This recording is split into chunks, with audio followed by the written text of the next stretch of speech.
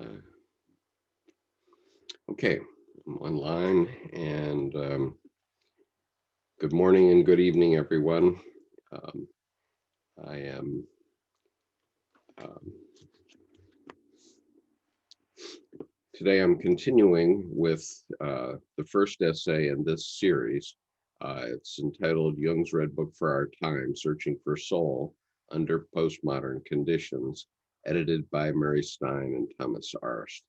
And this is from volume 1. There are now 4 volumes of this series. And today I'll be reading the end of Dr. Arst's essay, which is the very first essay out of 70 in this series.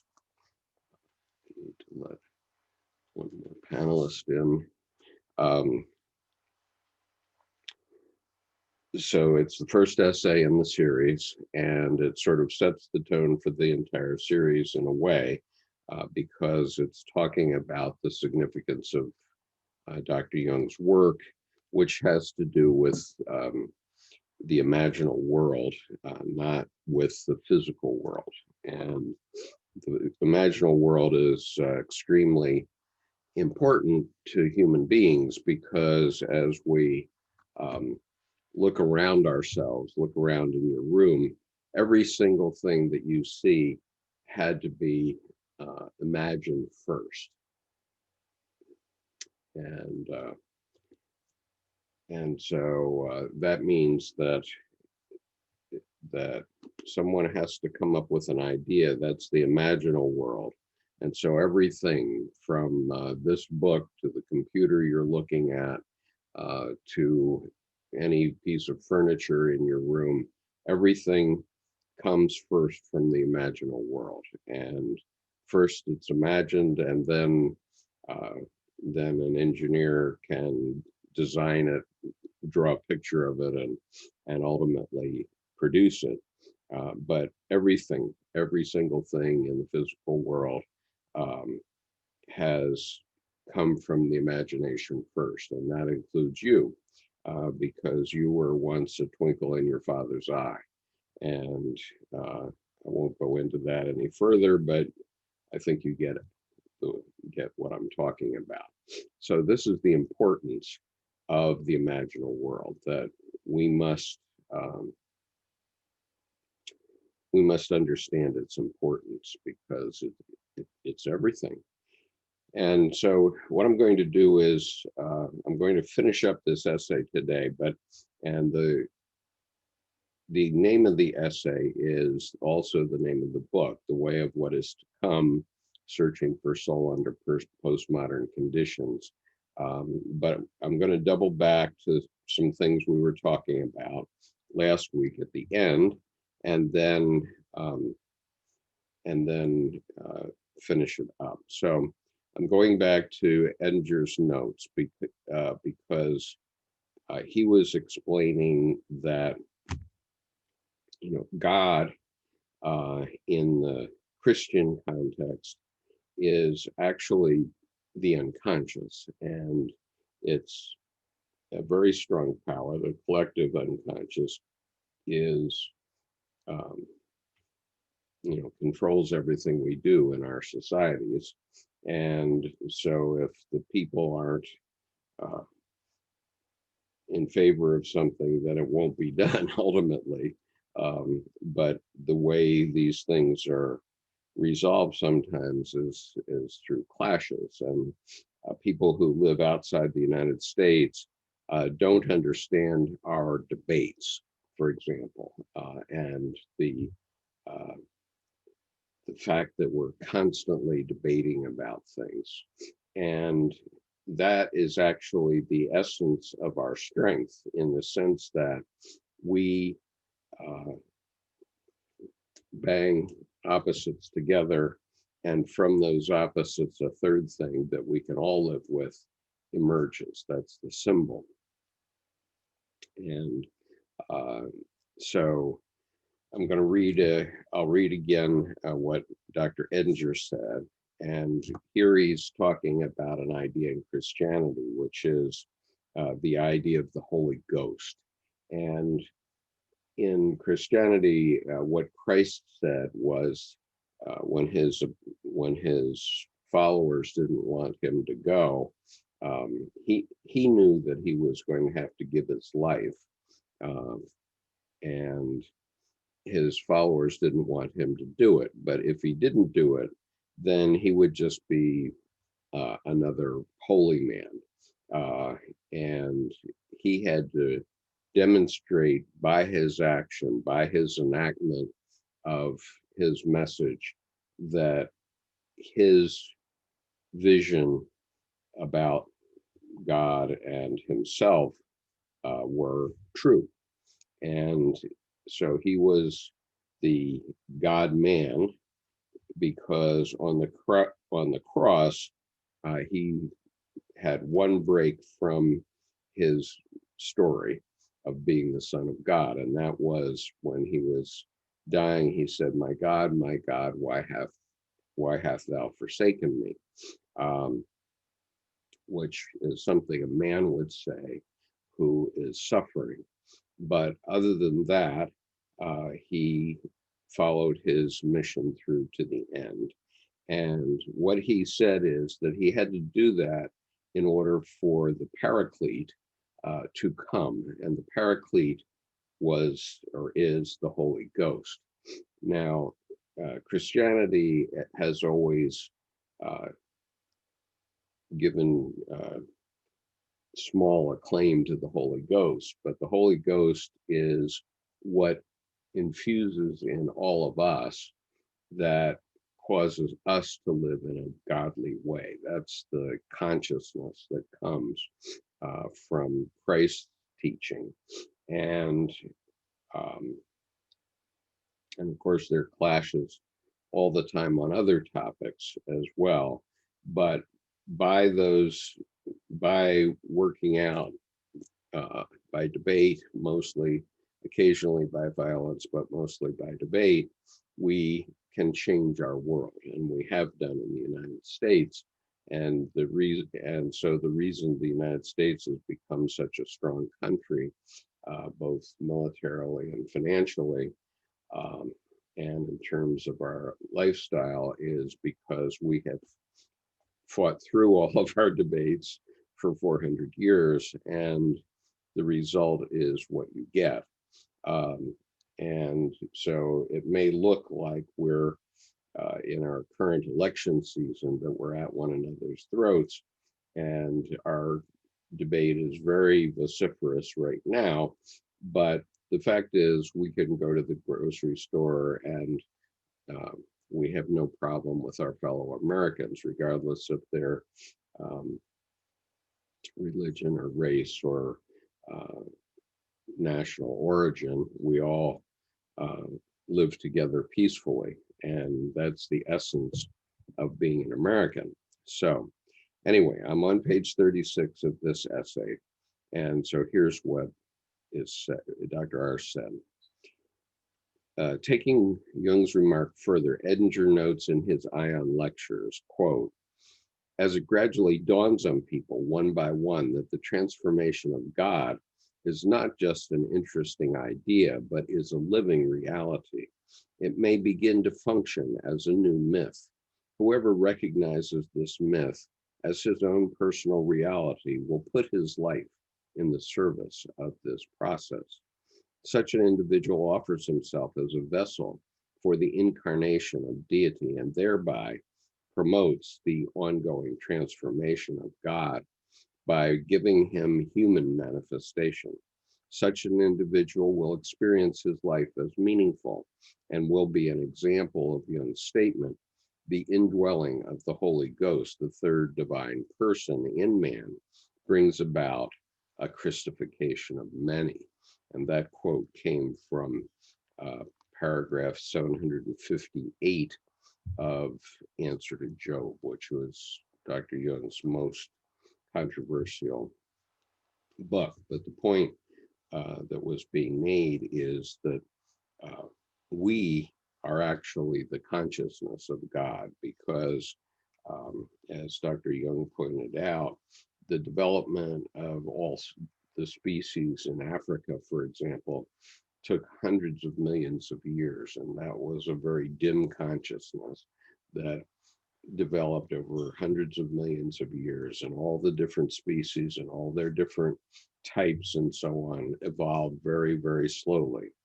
And they didn't know they were evolving. They just lived. Uh,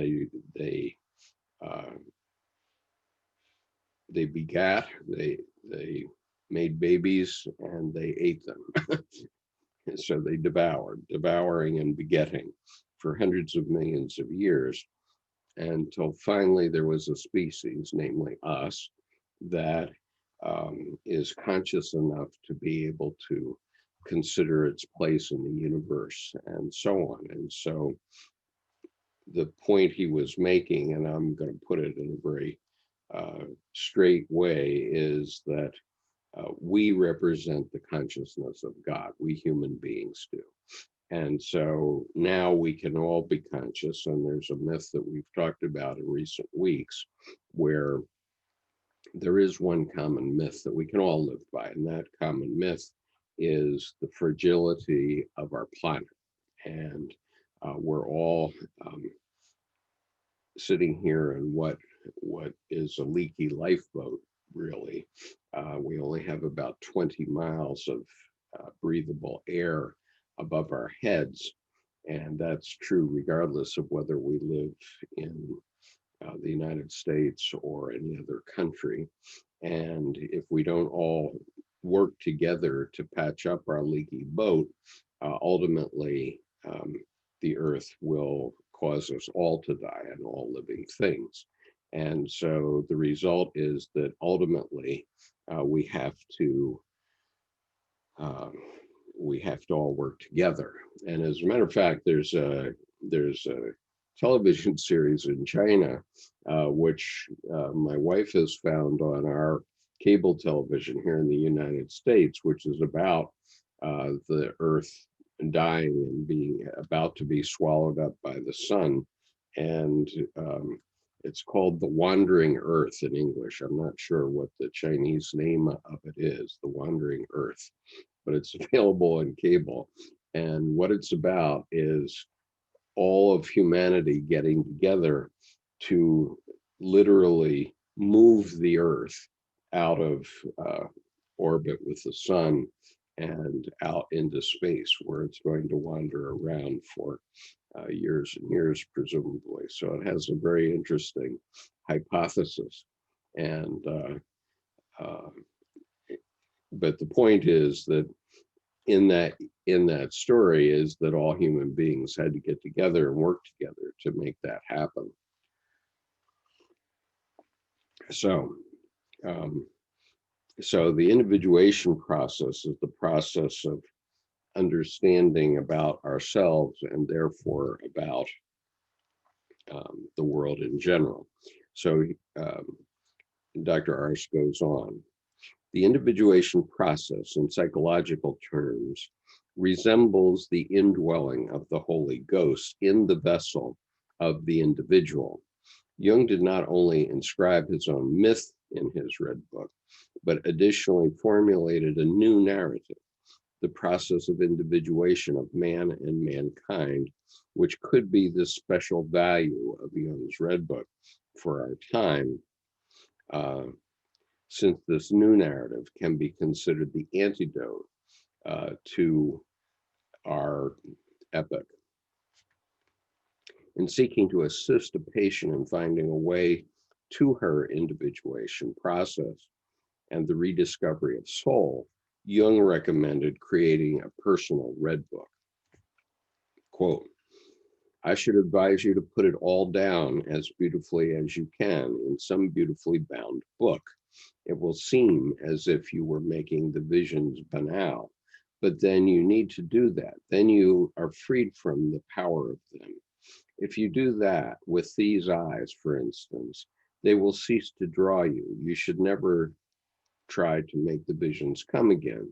Think of it in your imagination and try to paint it.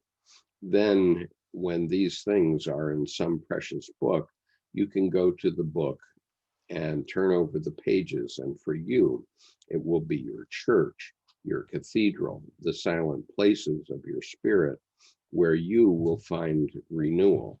If anyone tells you that it is morbid or neurotic and you listen to them, then you will lose your soul, for in that book is your soul. Now, what he was referring to, and this is a little bit um, hard to follow if you're not an English speaker, especially, but even for English speakers, it is that we we need to understand that our life is about our current living spirit. And um, as my Turkish friend once said, when you're dead, you're dead.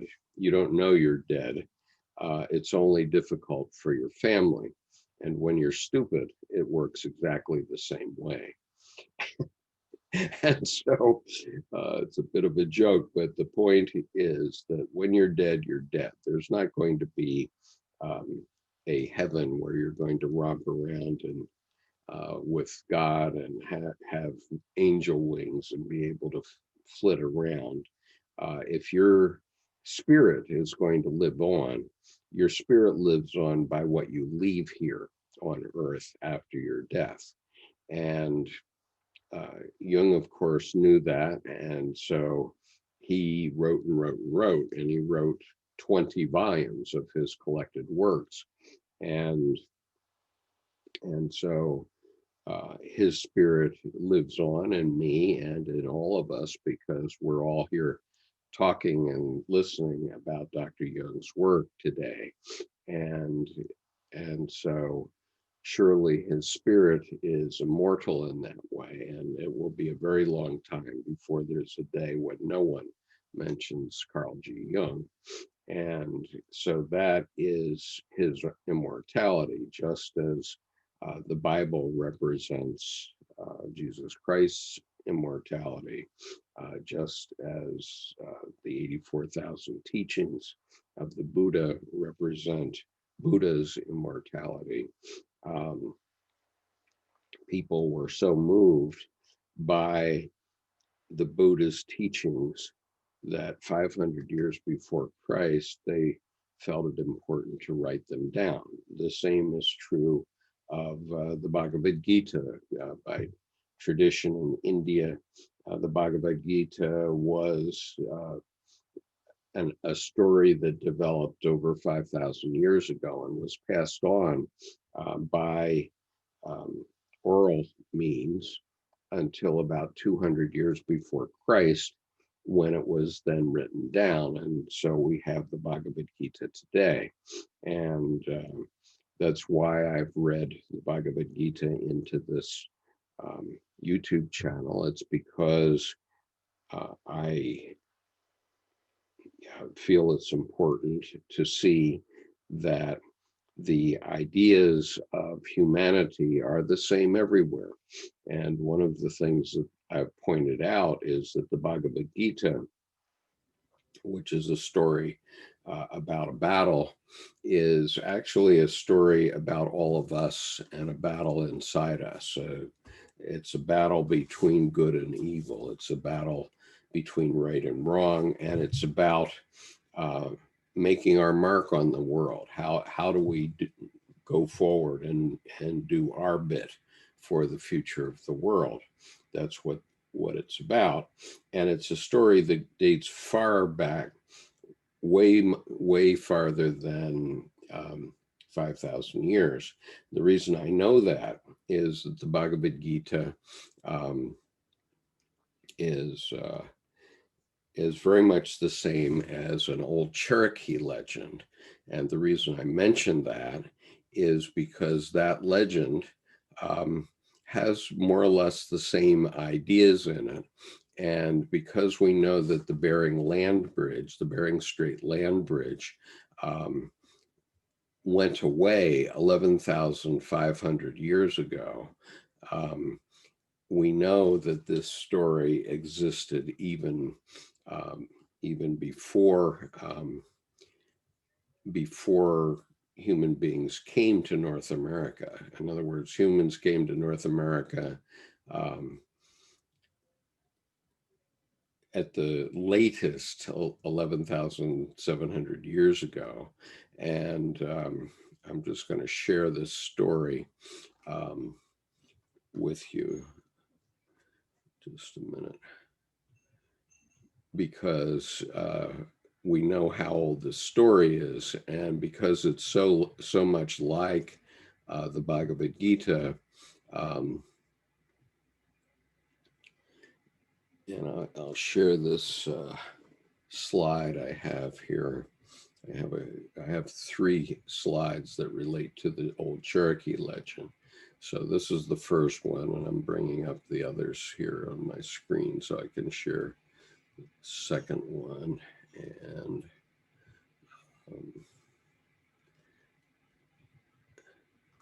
all right. Okay, so the story is an old grandfather goes out and he's going fishing with his grandson. And what he says is that to his grandson is, there's a fight going on inside me. It is a terrible fight, and it is between 2 wolves. One is evil, anger, envy, sorrow, regret, greed, arrogance, and self-pity. Okay, so that's the first part of the story. And then where did it go?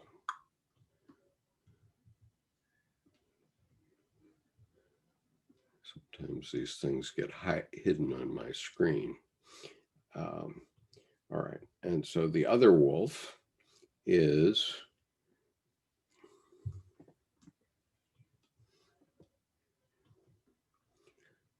let's see if we can get it here.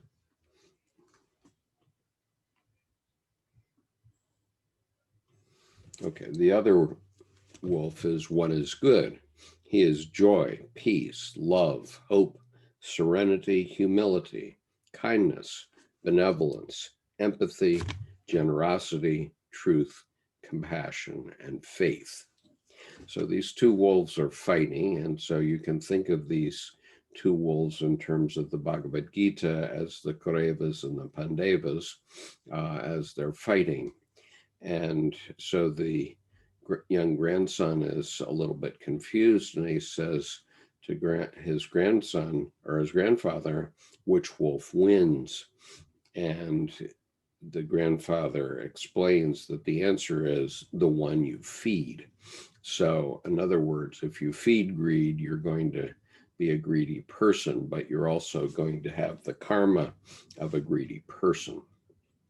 And so these stories, my point in telling this story is that these stories date back very, very far in human antiquity, and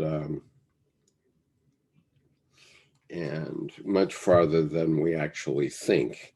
And they have been passed on to us by the ancients for thousands of years, and they have their current form now. So the Bhagavad Gita's current form apparently was written down in about 200 BCE, and we have the current form of the Christ story and so on. And the current form of the 84,000 teachings of the Buddha, they all came about the same time in human history that they were written down. But the point is that the spirit of these people that wrote these stories down is still alive. It's still with us today. And so Dr. Jung's point in the Red Book is that if you want to pass your spirit down through the ages, you better work on it in this lifetime. Okay. And so this applies to, if you're an engineer, you're going to keep records of what you work on. Keep, if you're, let's say you're an architect, and you design something when you're 23 that is a beautiful building, but nobody ever builds it because maybe it's still an immature development or something like that. You want to keep that and set it aside. Uh, don't let it hold you back, because you can develop further until you have a design that investors will actually build. But for you, that was a very spiritual thing, and um, so in that you've put your soul, and if it is important to people later on, as some great works are, like the symphonies of Beethoven, or the great novels of Solzhenitsyn or Dostoevsky or Tolstoy, those things, others will pass your spirit on, but you need to develop yourself. But in order to pass your spirit on, it has to be done in this lifetime, and then you become immortal. You yourself become immortal. And so here's what Dr. Arzt is saying about it. Your cathedral, one's own church, as an ecclesia spiritualis, as a holy place. This is the pressing issue today, according to Jung. We are in a period of turbulent transitions, in an interim in history. However, just how postmodern radical plurality and the incarnatio continua are entangled with each other remains a mystery. Okay, so in this sentence, Dr. Arzt is talking about the fact that, we have radical plurality. In other words, we all have access to all the information in the world. We know that we're all quite different. And how does that work together? Well, it's the continuing incarnation of God, and that incarnation, that that power, the force, as it was used in the Star Wars, the force that's taking us forward, is the spirit, the human spirit, and we don't know where that spirit is taking us. And this was discussed in a previous week, that the theologians are pointing back to Christ's time and the Pentecost, and they're seeing that new age. But we have a new age coming, and that new age is an age in which all humans have to work together.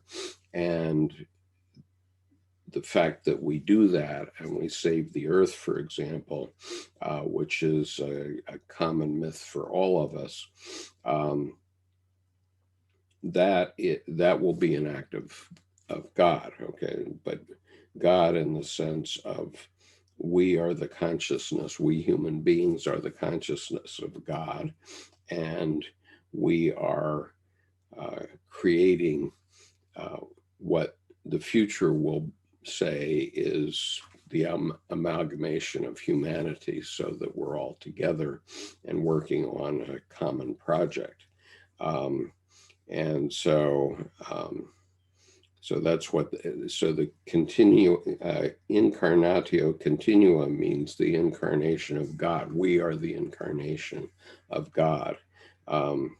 And we as a collective represent that, and what the spirit, where the spirit is taking us, it's taking all of us. And so we have to work out among ourselves what God wants. And God is a power that nobody can quite put their finger on yet.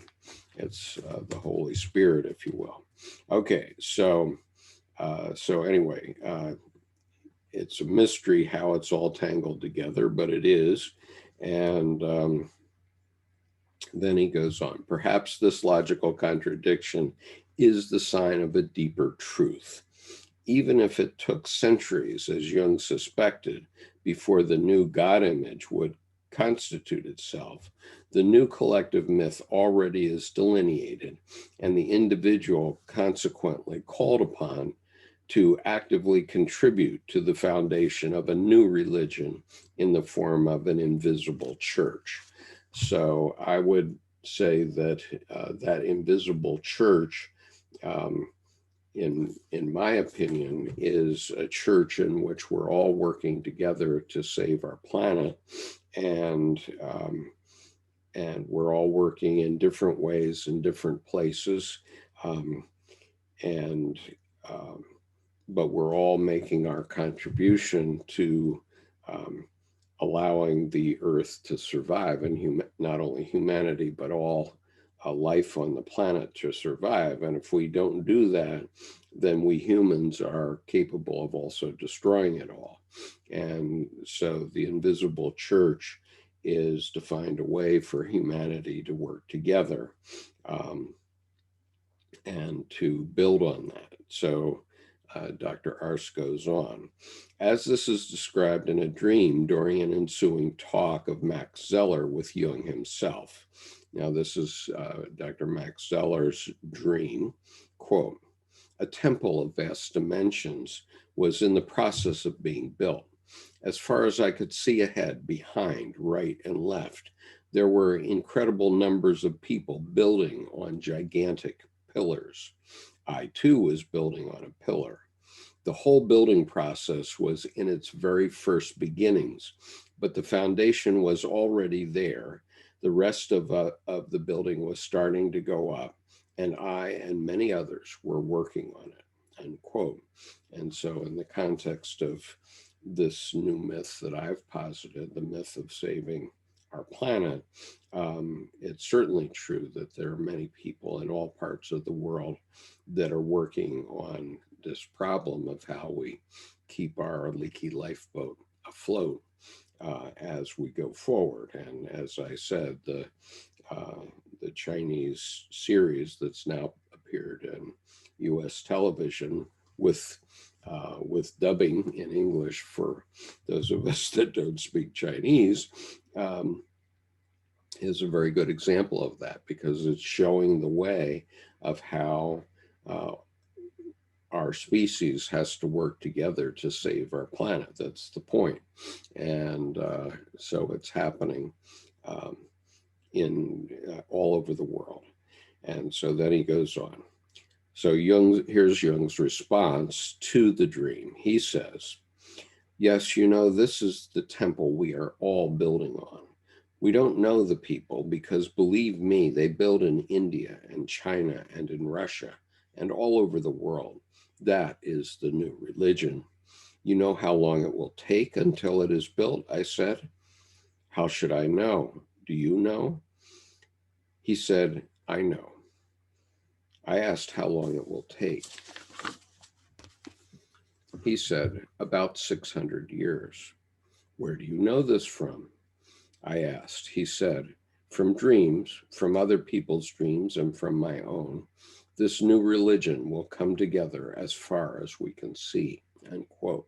So here, Dr. Jung, more than 60 years ago, probably 70 years ago, was predicting and saying that a new religion will emerge, and it will emerge from people all over the world.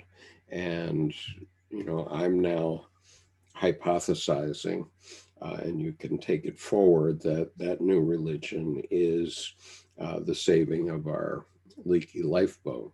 Imagine that you were out in the middle of the ocean and your lifeboat is leaking, and you don't understand the other people in the lifeboat because there's one Russian, one Chinese, one Vietnamese, and one American. And you have just so much food and you don't know one another's language. Well, somehow you're going to figure out how to communicate and how to survive. And that's exactly the situation we find ourselves in, except we're in a lifeboat that contains 7.5 billion souls or so.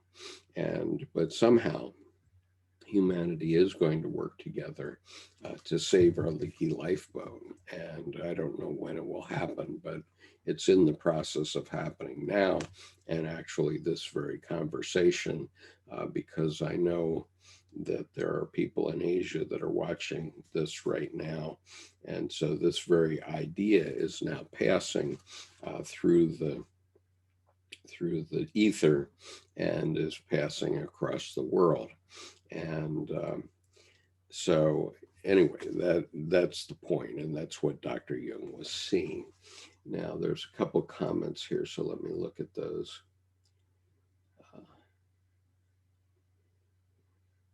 So Red Saban says, not many Jungians in Kenya, so I make do with a lot of your work. You are greatly appreciated. Thank you.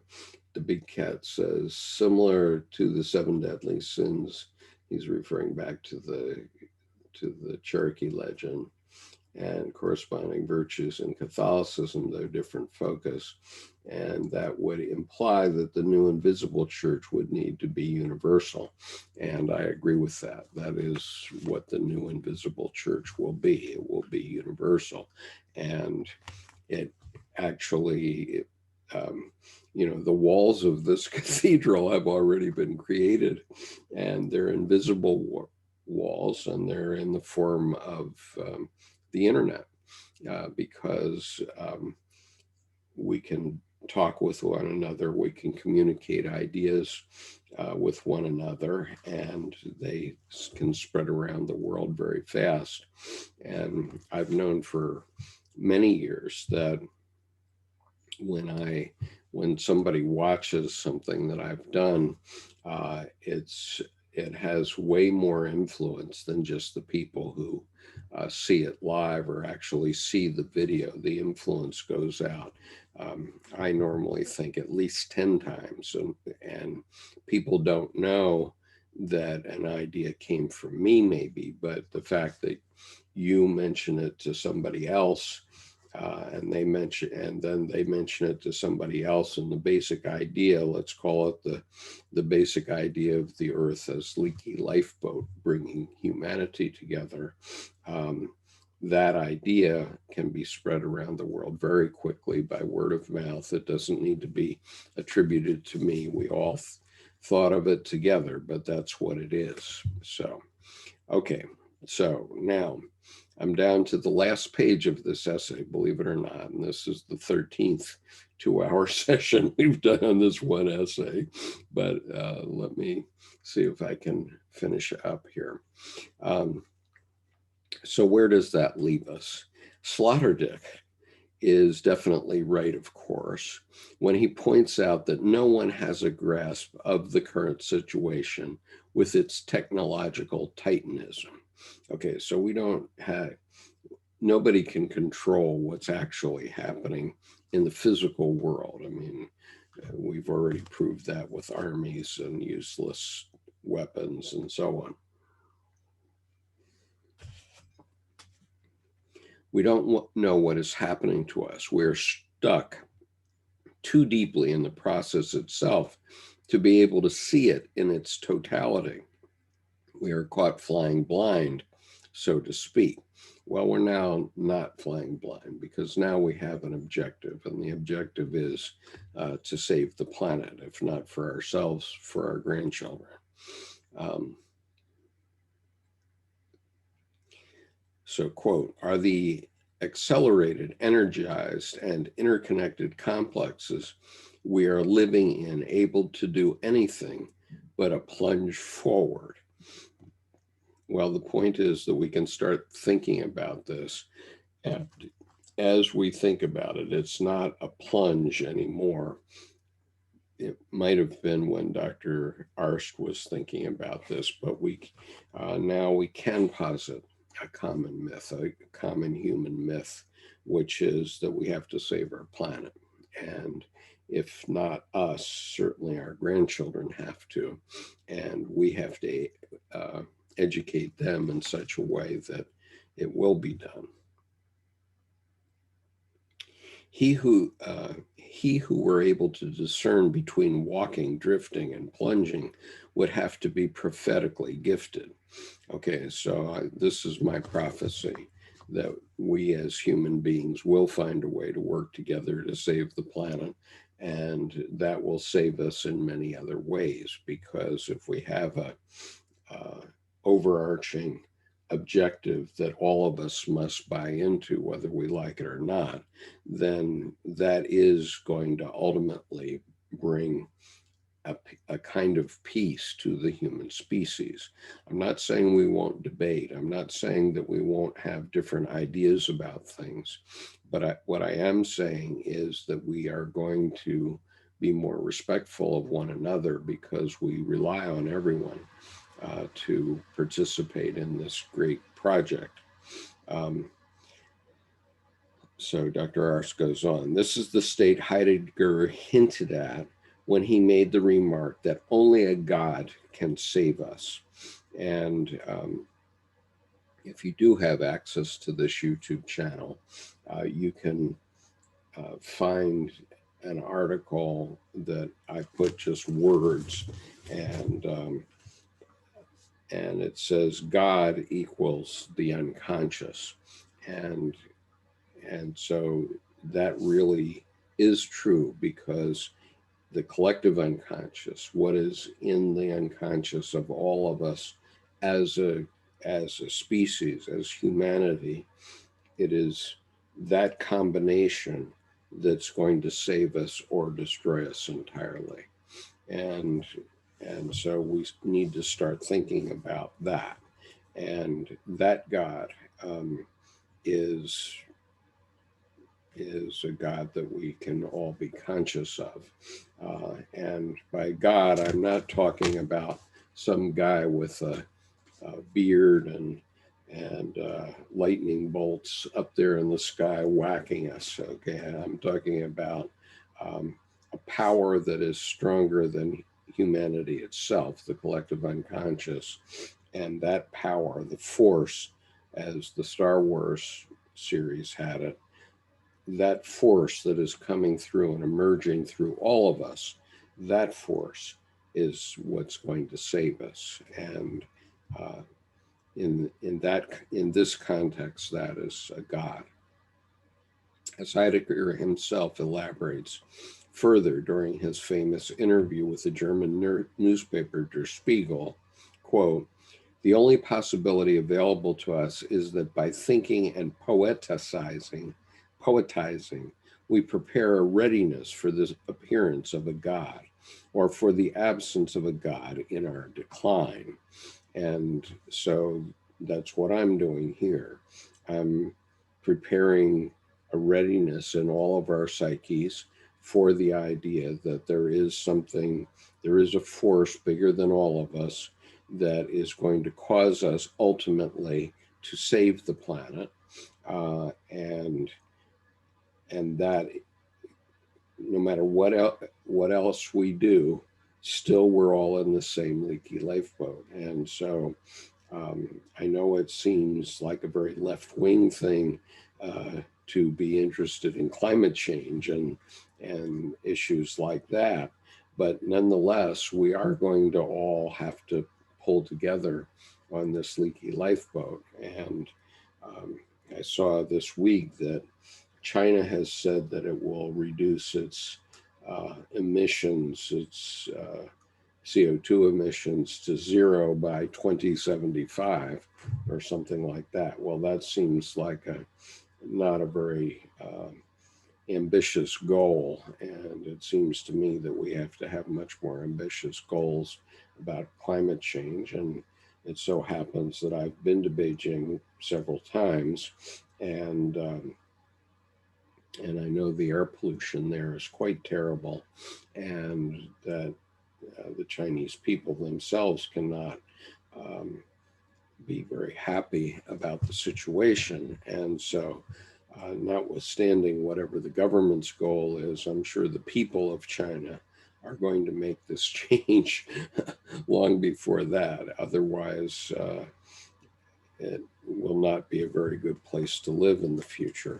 It's already not a very good place to live in terms of the terrible air pollution that one sees in Beijing and other Chinese cities these days. So I'm sure that the Chinese people will, of their own accord, start making the changes that need to be made in order to prevent that. Um, and I've actually seen it in my lifetime, because in my high school years, I lived in Japan. And at that time, there was a type of asthma called TY asthma. It stood for Tokyo Yokohama asthma. And so at that time, there was terrible air pollution in Tokyo and Yokohama. My recollection of most days in Japan in my youth, between ages 15 to 17, was gray. It was just gray outside all the time. And but something magical happened, and that magical thing was that the state of California put very, very strict pollution controls in place. And the Japanese, who wanted to sell automobiles in the United States, decided, okay, we're going to comply with that air quality standard in order to be able to sell automobiles into the United States. And so the entire Japanese auto industry started to create catalytic converters, the best in the world. And it entirely cleaned up the air pollution in Japan, in the Tokyo, Yokohama area. And so by the time I went back in the early 1980s and spent another 5 years in Japan, the air quality was really quite good. And that was only a period of 16 years. And, the stupid thing is that our politicians here in the United States agreed to dumb down the air pollution standards in California. This was California politicians dumbed down those standards, but the Japanese never went back. They refused to go back. And so the result is that Japanese cars have traditionally been the best on air pollution quality around the world. And they've set the standard for our species.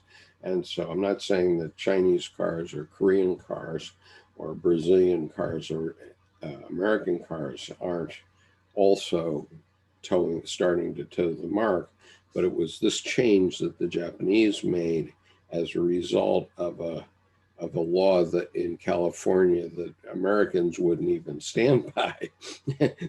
But that change by the Japanese did clean up air quality in Japan. And so I know that air quality can be improved very, very rapidly. And of course, the result of that was we had terrible pollution in Los Angeles too when I was a boy. But that has improved very dramatically also. And so I remember the first time I heard the word smog, I was about 6 or 7 years old, perhaps, and I was living in California at the time. And my father was telling me about that. And so the LA smog has also been cleaned up. So the point is that human beings can make the changes that will save the earth. And we just have to find ways to do it. And it's a common project for all of us, no matter what the politics are. And so we can all contribute to that. So reading on then.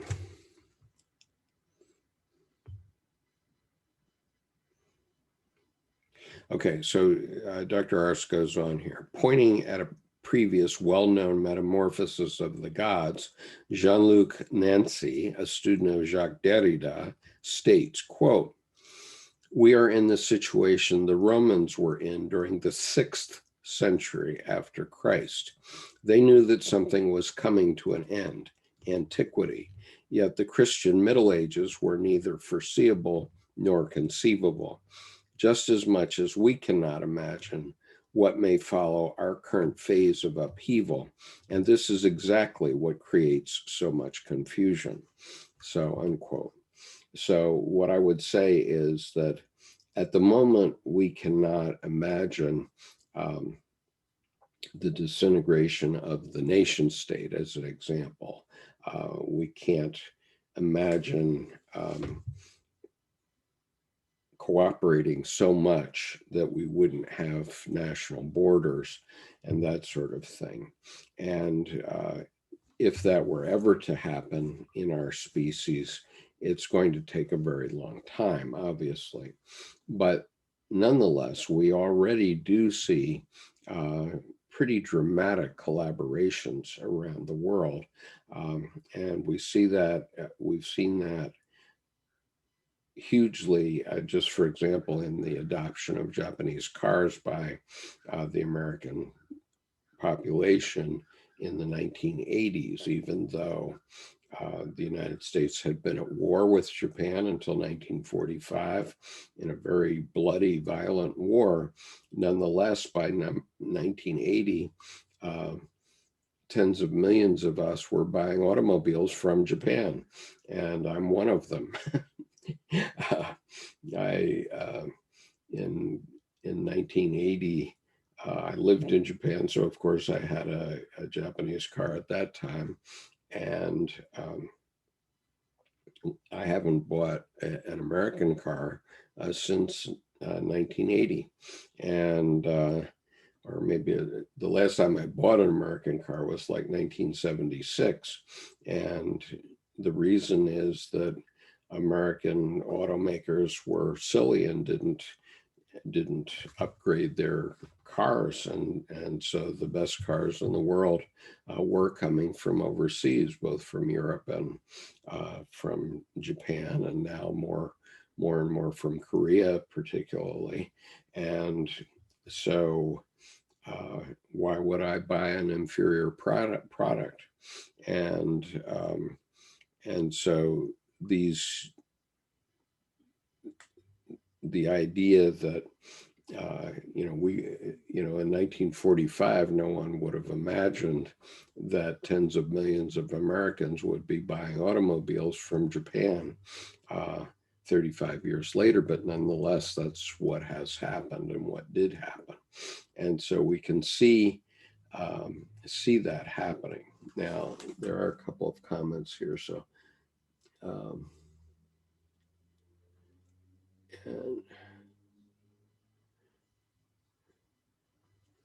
and so the Big Cat says, it seems that there is a strong subconscious current to destroy the existing order, perhaps our own existence, possibly Freud's death drive. Only a God can save us. Dale Jameson, Reason in a Dark Time, has a fabulous historical investigation of the developing science of climate change and political failures in addressing it. There's massive nationalistic backlash right now. Yes, there really is an anti-environmentalism. And Nerve 5 says, I see nationalism only getting more popular in these next 5 years. And, that may be true, but those times are passing. Those are anachronistic times, and we need to recognize that we have to collaborate. And I think it's true that most national leaders, and I don't necessarily think the U.S. right now is a good example of this, but most national leaders understand that the human species is going to have to cooperate. And if we don't, there is going to be huge violence and huge dislocations. I mean, we see the dislocations in the Himalayas between China, Pakistan, and India, for example, and those could lead to a very unfortunate war again, where there has been war there. And, those, we simply have to get over those days. And I suppose um, the first thing we have to do is have uh, borders that we respect, but what is happening nonetheless is that people do collaborate all over the world. And so, for example, I recall in my hospital days when I was working on healthcare information technology, I was going to Arab Health, which is a major trade fair um, that's conducted normally in Dubai. And, I would very often see Iranians there. And, they're people like anybody else, and they need healthcare and healthcare information like anyone else. And so, you know, we certainly would have found ways to do business with them if we could. And so, national boundaries aren't going to stand for in the way they have in the past for much longer. I mean, human beings as a species is going to start understanding that all of us need to pull together in order to save the planet. That's the one project that we can all concur about, and we're not going to solve that problem by having wars among our nation states. So yes, there will be dislocation. Yes, there are arguments. The United States. We have constant argument, and that this is what people around the world can't understand. But this is exactly, it's a process like tempering steel. We force the impurities out of our ideas and we adopt the good things. And so that's the genius of the American experiment, which is that we clash. Hopefully we clash without violence, but sometimes we have had violence. And but ultimately something better emerges. And when you don't have those clashes, then something very one-sided develops in a country, and the country gets held back. And so if I just look at the results, there are people in the world from every country trying to immigrate into the United States, every country. And I don't think there's any other country that can say that. I mean, I don't think we can say that there are people from every country trying to become Japanese or Chinese, for example. But there are people from every country trying to become Americans. And why is that? And that is because our system of tempering steel, of argument and debate, clashing together, but selecting from the best of the alternatives, that system is the system that works best. And it's not a system that's controlled by any political party. And it's not a system that's controlled by our government. It's a system that just has happened. And I've been looking at the phenomenology of that for 20 years now, and I have traveled very broadly around the world. I've actually been around the world about 75 times in my career now, including 23 trips to Saudi Arabia and 44 trips to India as examples, but also 10 to Pakistan and 5 to Bangladesh, and living in Japan for 8 years. And I can tell you that what I have now observed is this phenomenon, which is our debate is our strength. And, it may cause anger and so on, and if you turn on the television set, you would think that we're all just fighting all the time, but that's not the case at all. If we turn off our television sets and stop listening to our politicians, we find that we live perfectly well with people from other religions, other national origins, other races in our grocery stores and our movie theaters, and nobody thinks anything of it, basically. Except for regressive people. And those people gradually are going to have to come along because they're in the lifeboat too. And the rest of us aren't going to allow them to sink our leaky lifeboat, very simply.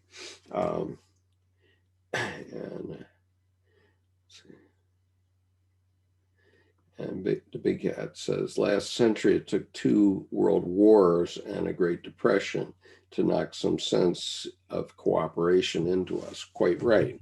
And so that's why we need a common vision because, the United States was thick-headed after World War I, for example, and the West was,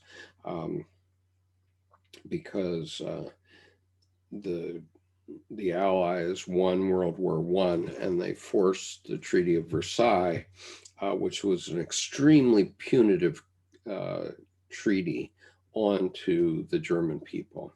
And so the result was, in the 1920s, the German people were starving to death and struggling. And so it was natural for the people that came along in that time to resent it, and they properly resented it because they were not being treated as human beings anymore. And so the result was that a psychic epidemic like Nazism could emerge in that country, in Germany, because they had no other choice. And Hitler looked like he was putting things back together. And so it was natural for all these resentful Germans to bond together to try again, because what had happened after World War I, the Treaty of Versailles, was not working for them, and they needed another solution. But after World War II, the Allies were smarter, and the result was that we had the Marshall Plans. And so basically, after destroying both Europe and Japan entirely in World War II, all the crockery was broken in both countries. And I have direct experience with that because the high school that I went to in Yokohama was the only building left standing in Yokohama. And the reason it was, after World War II, was that it was made of stucco, and it was a hospital. So it had a big red cross painted on the roof of it. And when I was going to high school, we actually had ramps between the floors, and those ramps were for the gurneys to go up and down during World War II. And so that was a terrible time, and those countries were destroyed. But the United States came in immediately after and rebuilt those countries after the war was over. And so, for example, if I take Hiroshima as an example, I was very apprehensive about visiting Hiroshima. I lived in Japan 8 years. And when I went back in business in the automobile industry, I was very apprehensive about going to Hiroshima. And but when I went there, I found that the people of Hiroshima were the politest, the most grateful people in Japan, the most welcoming, because what had happened after World War II was that the United States came in and rebuilt their city. And so the people who survived were very grateful, and many Japanese actually saw the sense of the atomic bomb, because what they knew was that if there hadn't been a nuclear detonation, or two of them in Japan, then Japan would have gone on fighting, and the result would have been 1,000,000 more casualties and a very bloody time, and much worse things would have happened. And so, in terms of what did happen, um, although it was terrible, it was the best of the possibilities at that moment. Um, and the result of that was that I could then live in Japan at age 15 and be lost in a strange city by myself in the dark, and not be attacked.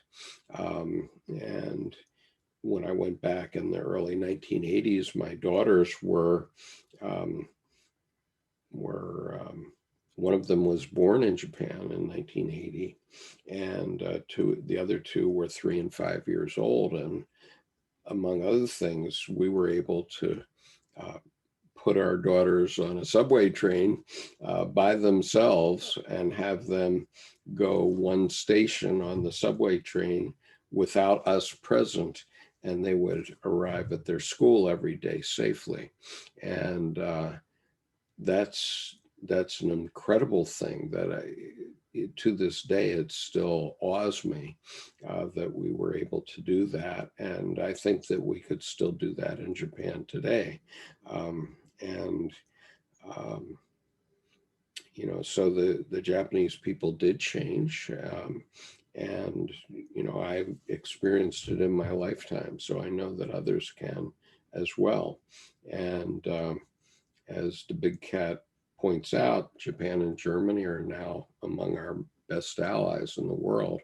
And so, anyway, times change and perspectives change, and the perspective that we all have to get ourselves out of these confused times is we all have to individuate. We all have to understand that there's a collective force that is going to emerge from humanity, and that we all have one common project that we can all agree to, and that's the saving of our planet. We all live in this leaky lifeboat. We have to find our way out. Okay, so I'm up to the last paragraph of this article, and so I'm going to read it. As we here have embedded the ongoing discussions of modernity, postmodernity, and post-histoire within the broader context of Jung's speculation of an epical term, we also believe it is safe to say that he who experiences the objective psyche, whatever it reveals, will not fall prey to the assaults of philosophical deconstruction. So we've been talking a bit about this, that we can now see that there is a force that has been talked about for a very long time, because it was in the Star Wars movies from 1976. There is a force that is guiding us. We can call that the force, or we can call it God, or what have you, but nonetheless it exists, and it is in the collective unconscious of our species. And if we recognize that that does exist, and what I'm doing with this YouTube channel is simply helping people understand that it does exist, then if we understand that it exists, then we can withstand the regressive tendencies, people that want to bang the drum about nation states and have strict borders and so on. Those people are people of the past, but we're now having a turn where We have gone through this period of nation states for a couple of thousand years, and in the future, we're all going to tend to be working together. So we see that happening on the International Space Station already, where there are commonly Russian and American astronauts. For the last several years, 7 years, I think, all Americans who went to the space station have gone on Russian space capsules, with the exception of the two that went up in Dragon this year. And so we do have international cooperation, and that international cooperation is going to get bigger and bigger because we have no choice as a species. And we all know that, and at some level, and so that's the way the future will be. And so we're turning away from this um, this nation state business entirely. I mean, I've seen it in business in my entire business career. For example, I in the early 80s, there were complaints in the US about non-tariff barriers with Japan. And that Japan was preventing US companies from operating in Japan. But ultimately, I worked as a head of a business in 4 different industries in Japan for 5 years, and I never found a barrier that stopped me from doing business in Japan. And it's simply a question of going and doing it. You have to find a way to do it, but it doesn't mean that it's going to stop you. And so I was always really bemused by the fact that American politicians were screaming about these non-tariff barriers, and I was in Japan finding that there was no non-tariff barrier that was stopping me from doing anything, and it was simply a question of going and doing it. So one thing is a political idea, and one thing is the reality of life, that we want to do business. The Japanese wanted to sell cars in the United States, and we're going to, and did successfully, and I still have a Japanese car to this day. So those political arguments just were that, political arguments. There's so much chaff that it goes on cable news channels because it pays their bills.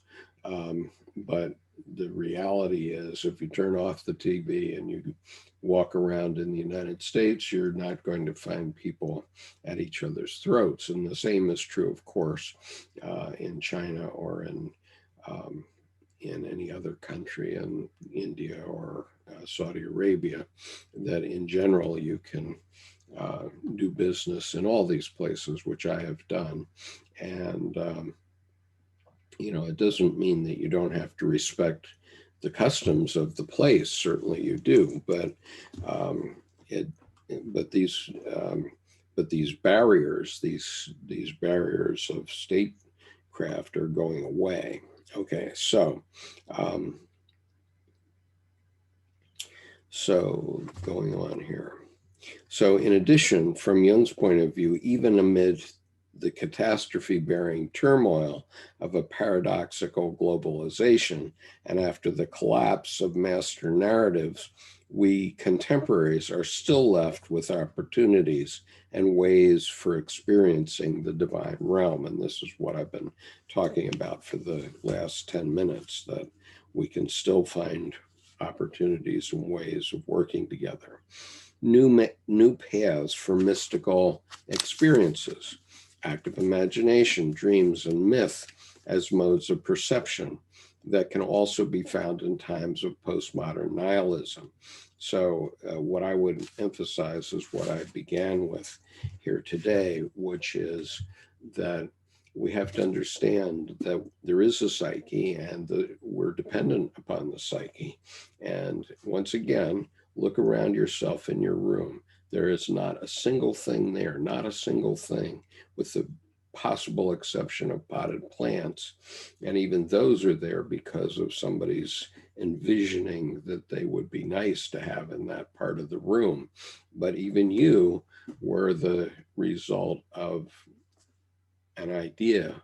Uh, and so every product certainly is the result of the work of the psyche first, because you can't have anything unless you first envision it.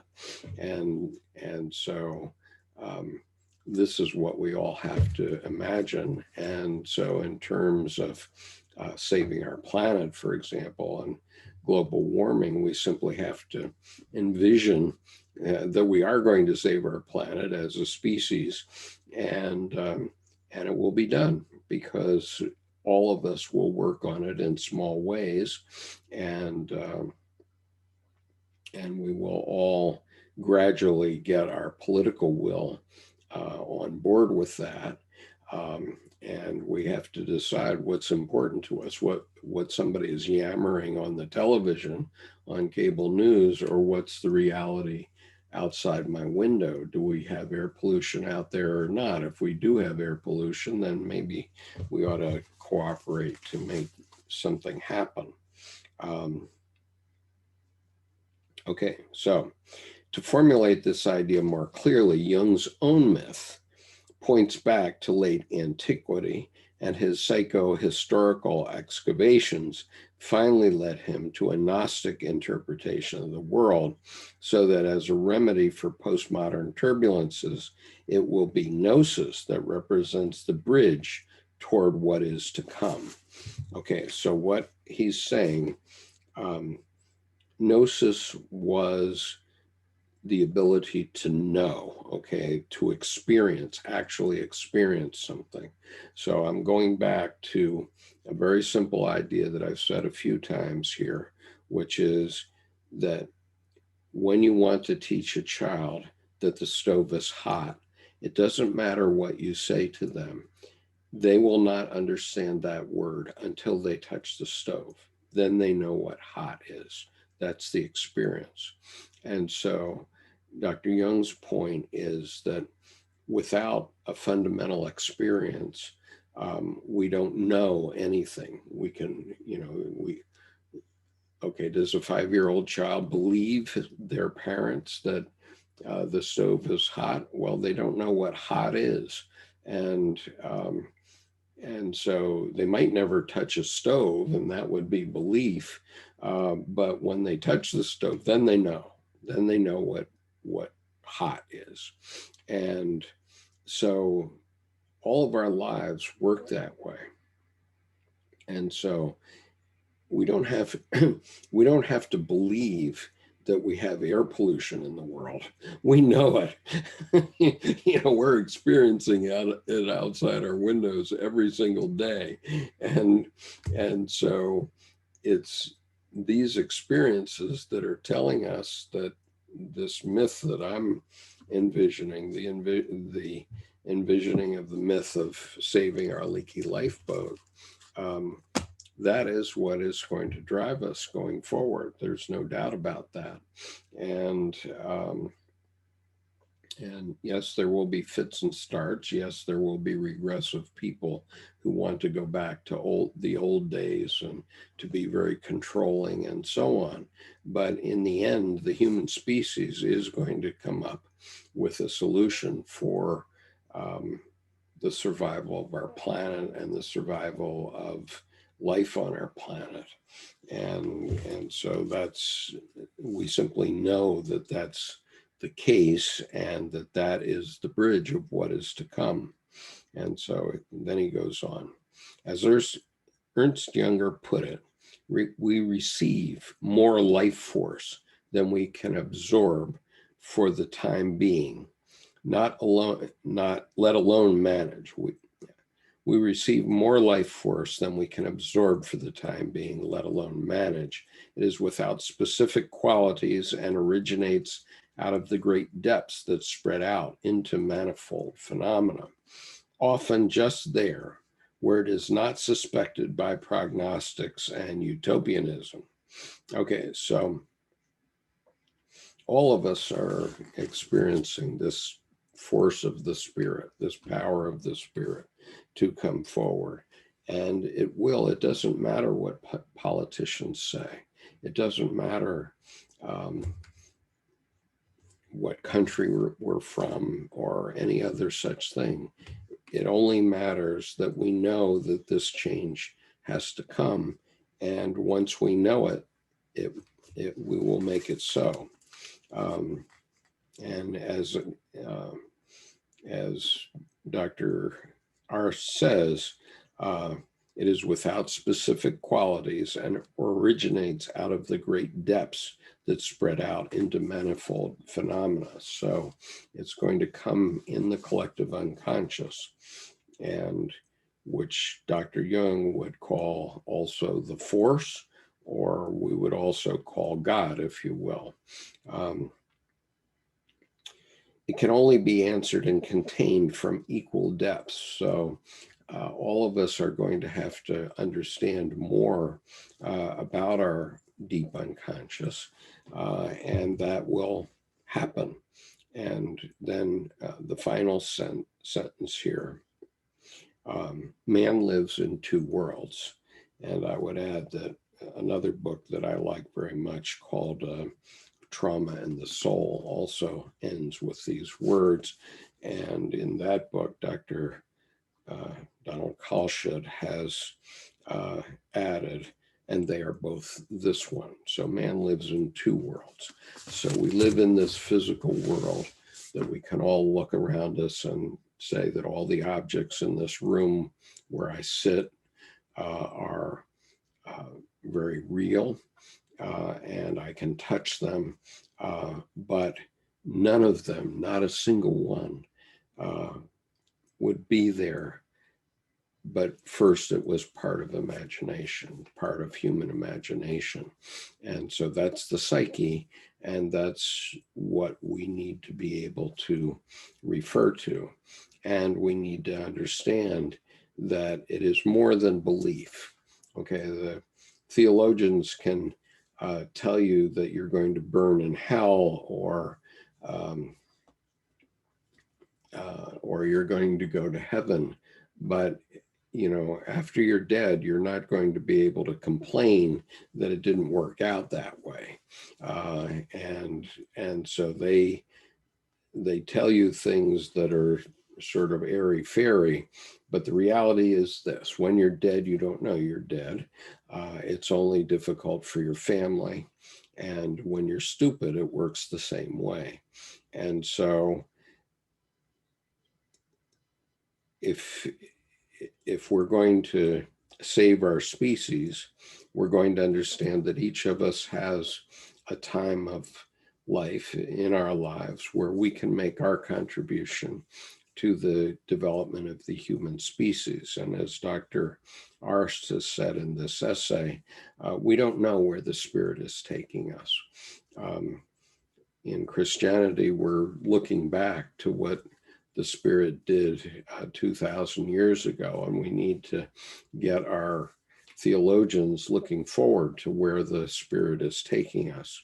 And so what I would say is that our spirit is taking us to a time when humanity as a species is going to be much more cooperative with one another,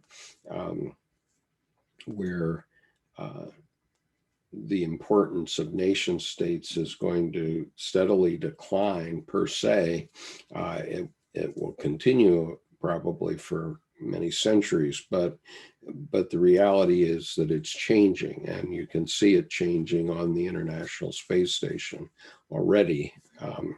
And so There are so many ways that we cooperate around the world, that we communicate around the world. And, that's a phenomenon that's happened only in the last 25 years. We've only had the World Wide Web since 1995. And,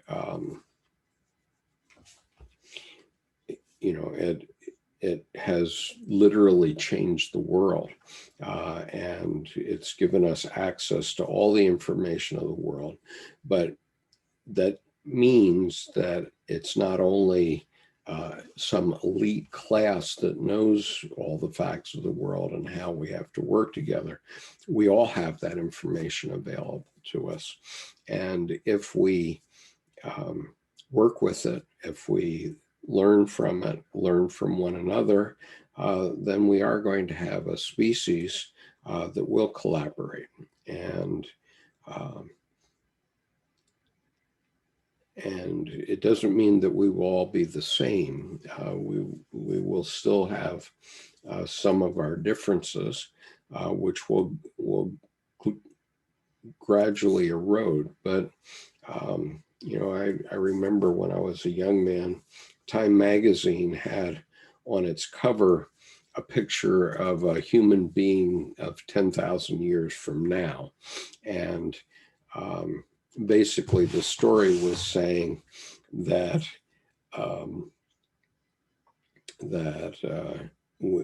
all human beings would look alike. We'd all be the same race, and it would all be a conglomeration, and that we'd all be the same. Well, we're far from that. I'll tell you why. I'll show you why here. I'm looking at it, so it's kind of funny to me because I'm talking about Time magazine. And yesterday I received a birthday present from one of my friends here in the United States. And the cover of Time magazine that she sent me is this cover. Let's see. To get it the right. Okay, but oh wait a minute, let me just shut my virtual background down so that I can show you this. Okay, so here it is. BTS, the K-pop band that conquered the world, and oh, by the way, is teaching the world about Jungian psychology as they go, because their last two albums have been about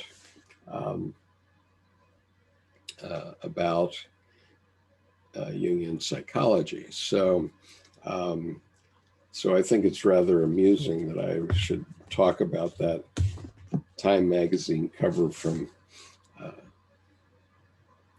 probably 40 years ago, which said that we were all going to be the same. And as you see from that BTS cover now, we're not all the same yet, and far from it. But in any case, in many ways we are, because these young men are educating the world about Jungian psychology in a way that no Jungian thought of before they started to do it. And they've turned education on its ear, because now, because of their work and their songs and so on, they've driven young people to want to go and study Jungian psychology and try to understand what BTS is all about and why are they singing about this and so on. And so we can't necessarily predict how these changes are going to happen, but they are. And so let's see, I knew when I brought up Gnosticism, it would bring some comments. So let me look at, see if I can add anything here. So the Big Cat says that world order, the old world order, is being torn down by the subconscious of the masses, by the unconscious. I agree with that. How bad will it get? What will replace it? Well, that's the problem of the Romans from the 6th century. We don't know exactly um, how bad it will get or what will replace it. But um, my prophecy is that what is going to replace it is much greater international cooperation going forward, and the space station is an example of that. Um, I think America needs to sort out the culture war before any progress will happen. Uh, Laugh out loud. Things are crazy right now. Well, the culture war is um, it's not going to be sorted out. Uh, it's going to gradually phase away, but nobody's going to sit there and say, well, it's going to be this way and not this way. The two things will clash. This is fundamental Jungian psychology. There's a thesis and an antithesis. They clash, and from that clash comes a synthesis, and um, and something new emerges. The third thing, the the divine third, if you will. And so something will emerge, but nobody's going to sort it out. That's a very rationalistic way of thinking about it. It will happen, but it's not going to happen by anybody sitting and doing a pencil study on it. Um, and as the big cat says, there are massive demographic changes. Yes, of course there are, and there are going to be many more. And one of those changes is the young people who are fans of BTS, because although most of them, and I'm a fan, and I'm about to hit my 74th birthday, um, but many of the fans of BTS are under 20. Well, guess what? In 10 years, they're going to be 30. And in 20 years, they'll be 40. And my bet is that they're still going to be fans of BTS. And the same is true with the Beatles, for example. My parents and people of their generation were shocked when the Beatles came along. And I look back at them today and say, wow, they were so conservative. Because they didn't wear green and pink suits, and purple suits in their time, very much anyway, if they did at all. And so things are changing, and they're changing in ways that we can't predict. But the change is for a greater international cooperation. And even when I started to follow BTS 18 months ago, at that time there were 80 million fans. I don't know how many now. Maybe this Time story will tell me about it. I only received it yesterday. Um, but it's going to be, but the generation that are fans of BTS are everywhere in the world, and they are going to bring something completely different than what we have today. Uh, and it's going to be very cooperative, is my expectation. Um, and Nerve 5 says the Gnostic believe creation was ultimately evil, right? Is that what Jung thought, or is he just using Gnostic terms? Uh, I'm not an expert on Gnosticism, and I'm not going to opine on that directly. The main thing um, that that I see about that issue is that the Gnostics believed that you could have a direct experience with God, and and what the church fathers did, what the Catholic church fathers did, was intermediate. So they put themselves between the individual and God, unlike Islam. In Islam, every Muslim has a direct experience with God, but in Christianity, The theologians of all kinds have served as an intermediary between the unconscious and the conscious, between God and the individual. And they basically did this in part by selling a a magic story. They sold magical thinking that God was up there, and your life might be terrible now, but if you accept it now, then you're going to go to heaven. Well, no, you're not. When you're dead, and it's only difficult for your family. You don't know you're dead, and when you're stupid, it works the same way. So, but you know, educated people persuaded less educated people to think that way for 2,000 years. And so now, if the major religions are going to survive, they're going to have to recalibrate the way their religion is taught from the ground up. That's what's needed. And that's what Dr. Jung said in answer to Job in paragraph 754, exactly that a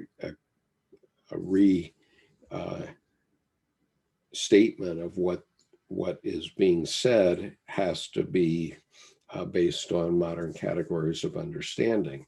And that is a fact that has to happen.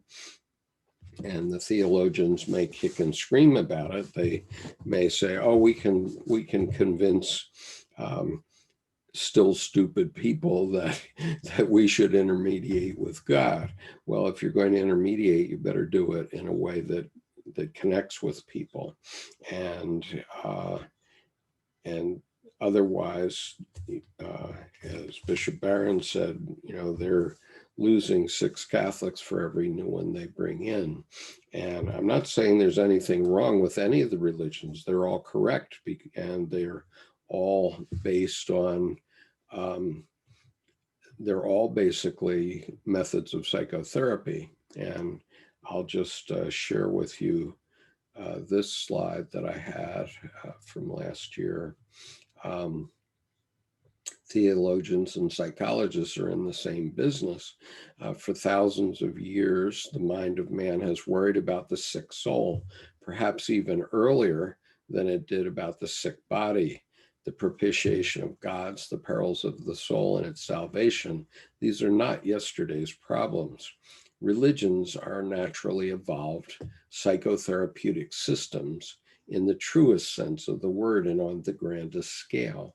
They express the whole range of the psychic problem in mighty images. They are the avowal and the recognition of the soul, and at the same time, the revelation of the soul's nature.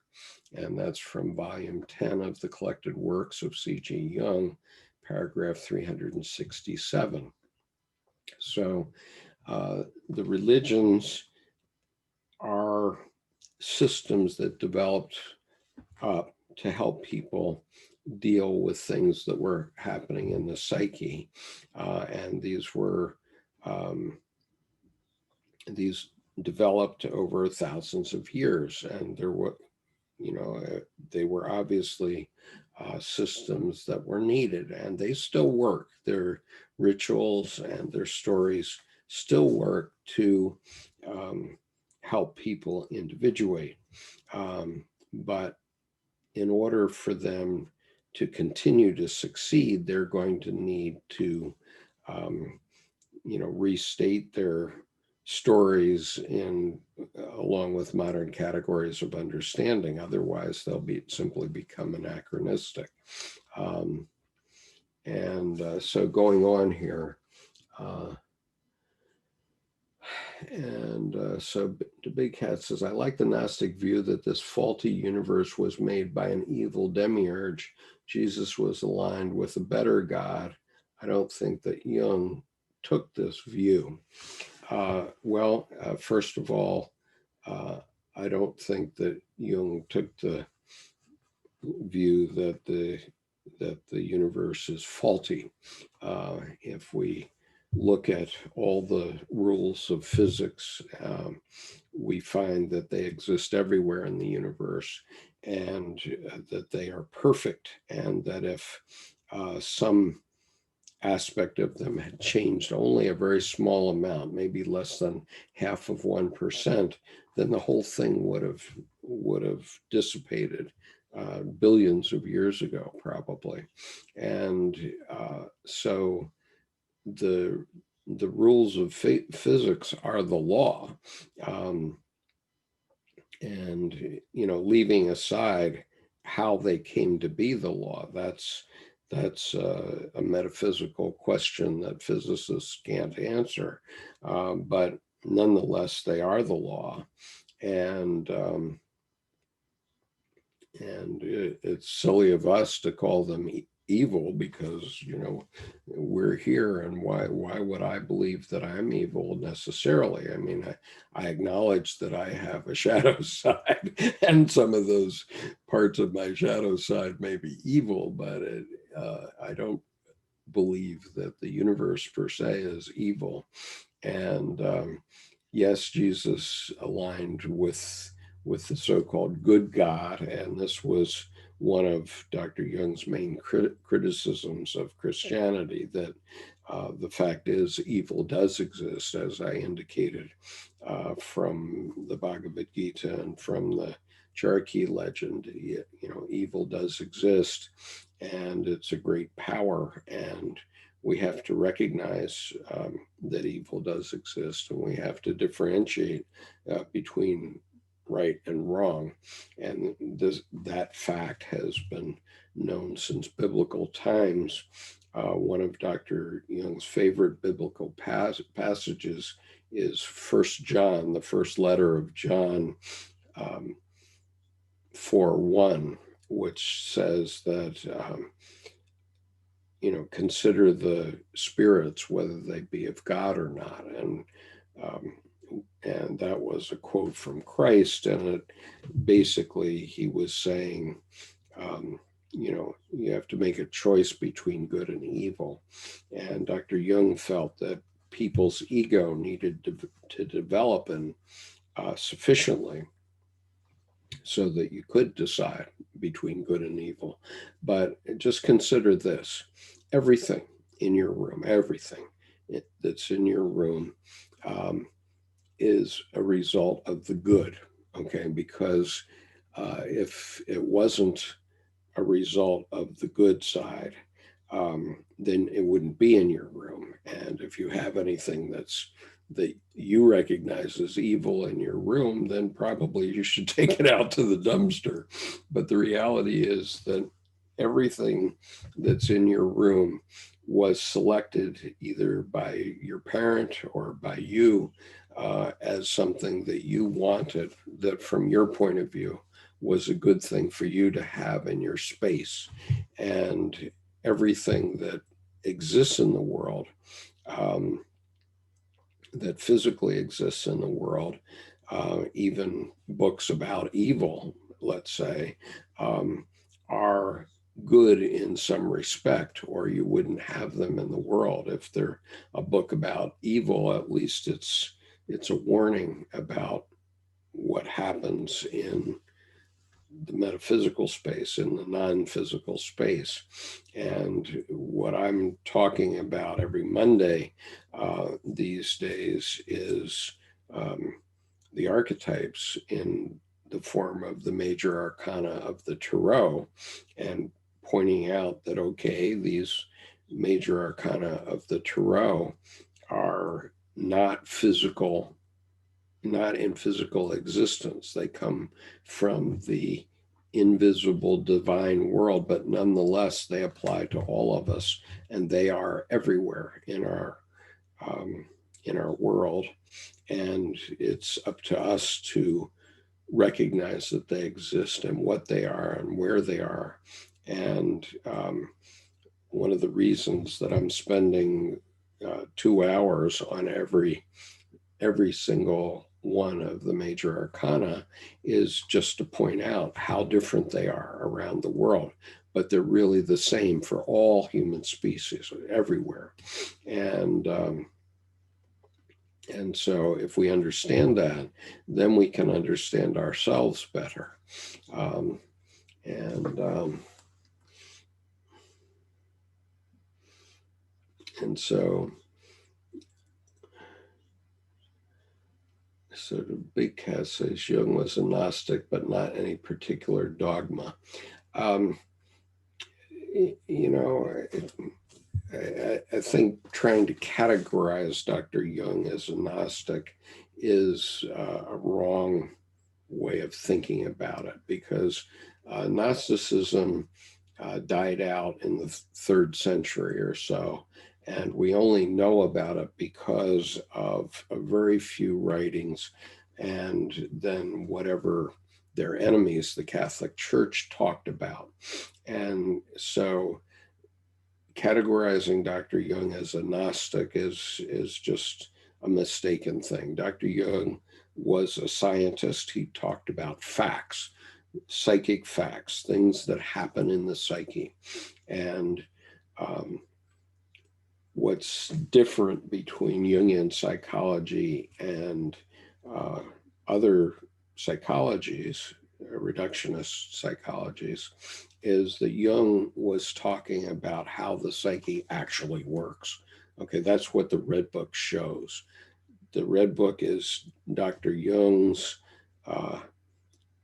showing in his own life how his psyche was working to communicate with him. It doesn't mean that you should expect to have anything like what happened to Dr. Jung happened to you, but what he was showing was the process, okay, and the process with respect to him. And he was writing that down as a scientist. So on October the 13th is the publication of the Black Books. Okay, now the Black Books are the books that supported the Red Book and haven't been available to most of us until now. And so we're going to learn a lot more from the Black Books because they were his scientific notebooks about his experiences, actually. And Dr. Sonu Shamdasani, who edited the Red Book, said that the Red Book, as we now have it, as I have a copy on my desk, is only about half of what was in the Black Books. So the Black Books are about to be published. There's a pre-publication price on them on Amazon, and I think it's $270, but it's a price for 7 volumes, okay, and it's a boxed set. And so I urge you to, if you're interested in these matters, to go out and get yourself onto the list for the pre-publication price, because the price might go up, and which has happened with the Red Book. And I expect it to be a very popular publication when it comes out. And so, you know, suggesting that Dr. Jung was any sort of religion per se is not a correct way of putting it, I don't think.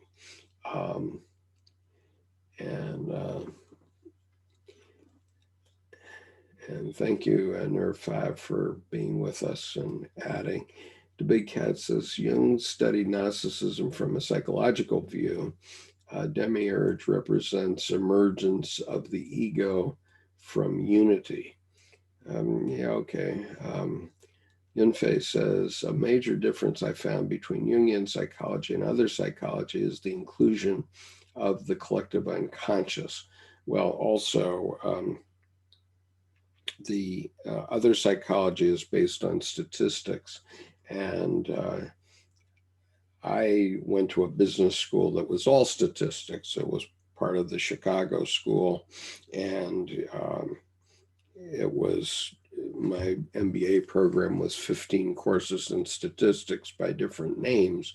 And that has gotten us into pretty severe trouble, because my teachers never taught us about the black swan until the black swan actually came and got us in 2008. And so it's better to know how things work rather than have a statistical image of how things work.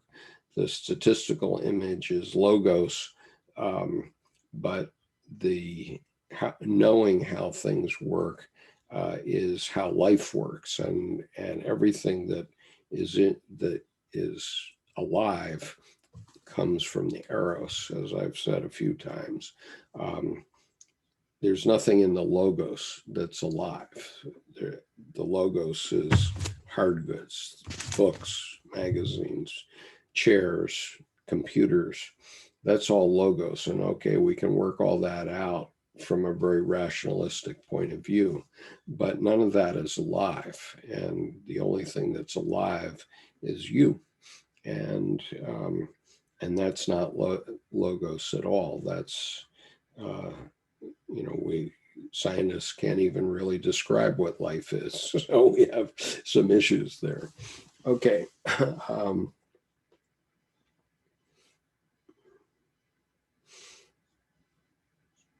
But yes, Yunfei, I do agree with you that Dr. Jung was actually asked on the BBC broadcast what his contribution was, and he said, well, that's the collective unconscious. That was the thing that he discovered and experienced and spent his whole career describing. And the other psychological disciplines haven't understood that at all, and its relevance to religion and so on. And so Marshmallow says that the Black Book price in British pounds is 216.5 British pounds from W.H. Smith. The Big Cat said, I would not agree fully. Jung seemed to me to be more mystic, Gnostic than scientist, but it is a matter of degrees. He does some science. Well, okay, that's your opinion. First of all, we have to define mystic, and that's an entirely different issue. But what I can tell you is that I have had personally many numinous experiences that are mystical. You can look at my talk on YouTube called Finding the Living God, in which I describe those experiences. And I actually, I have video of two of them, and I have photographs of another one, in addition to others that I describe. And so I know that those are real, and you can believe me or not, but they actually happen.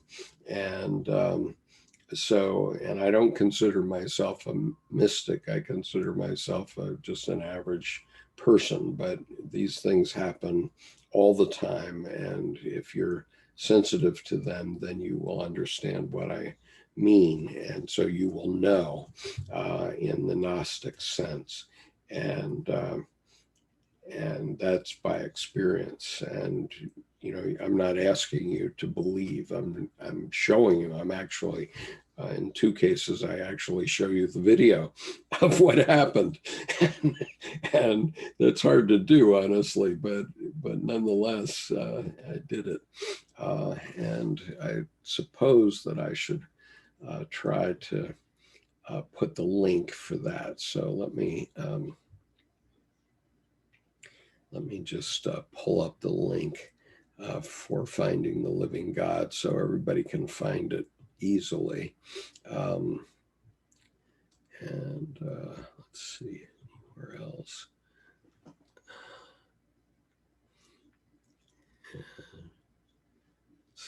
Okay, here it is. All right, so here's my lecture entitled Finding the Living God. And so you can find it easily. And here is my series as it has gone so far on the Tarot as a roadmap for life. I'll give you a number of links here so that you can go back and see the, see, did that go? Yes. Okay. So that was part of it. And here's another part.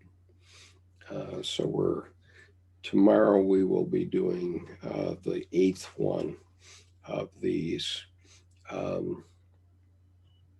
And you can see what I'm talking about, because all these things, none of these things are in the physical realm, but nonetheless they are true, and they are true for everyone. Um, and and Philippe says that the price is now back to $300 on the black books.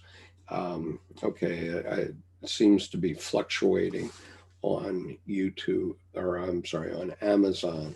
And so that's why I urge you to, if you think you might want to have a copy of the black books, you need to get your order in soon, the pre-publication price, because the official publication date is October the 13th. So anyway,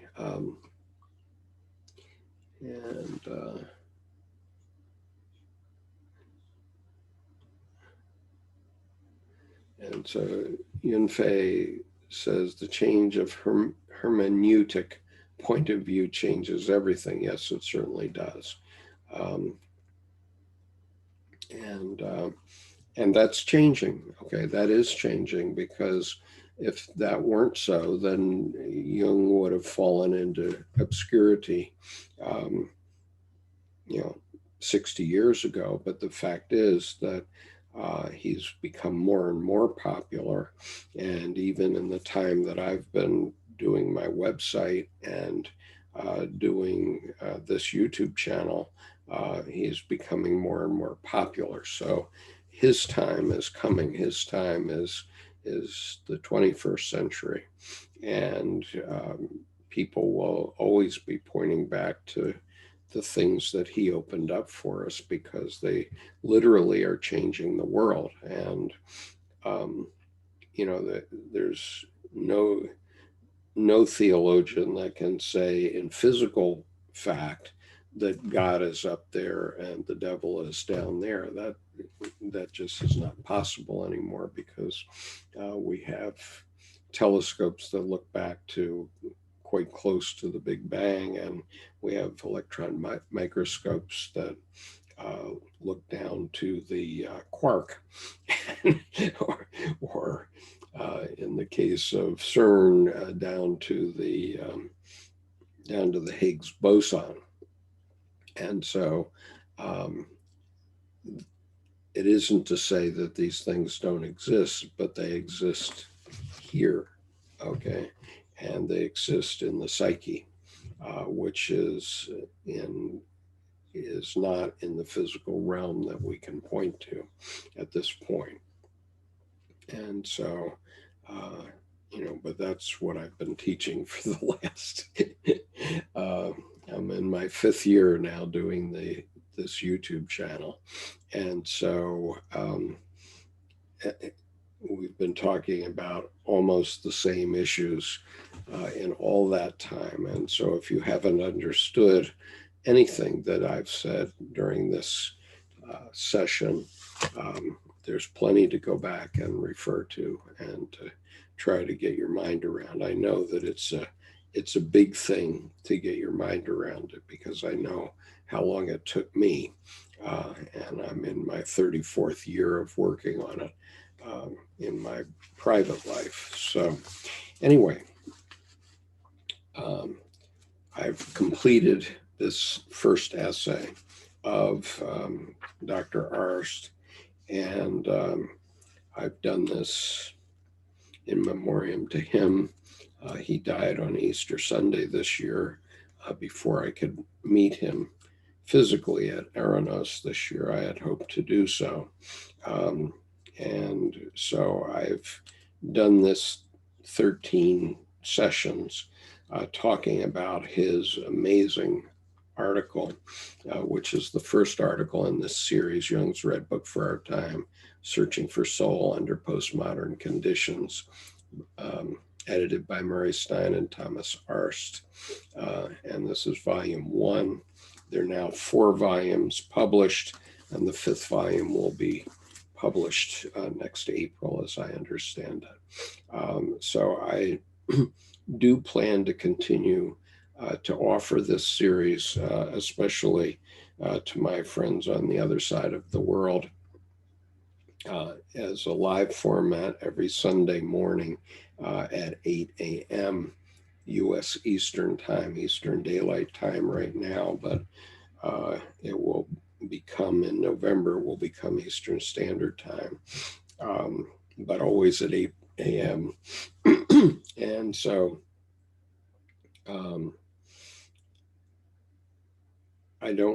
I haven't decided what article I will work with next, but I will select one in the coming week, and we will begin whatever that article is next Sunday. And so thank you, everyone, for being here today. It appears we have a good audience on YouTube, and we have some loyal followers and on the Zoom call who prefer to remain anonymous. And so I thank you all for being here today, and I look forward to seeing you next Sunday. So peace.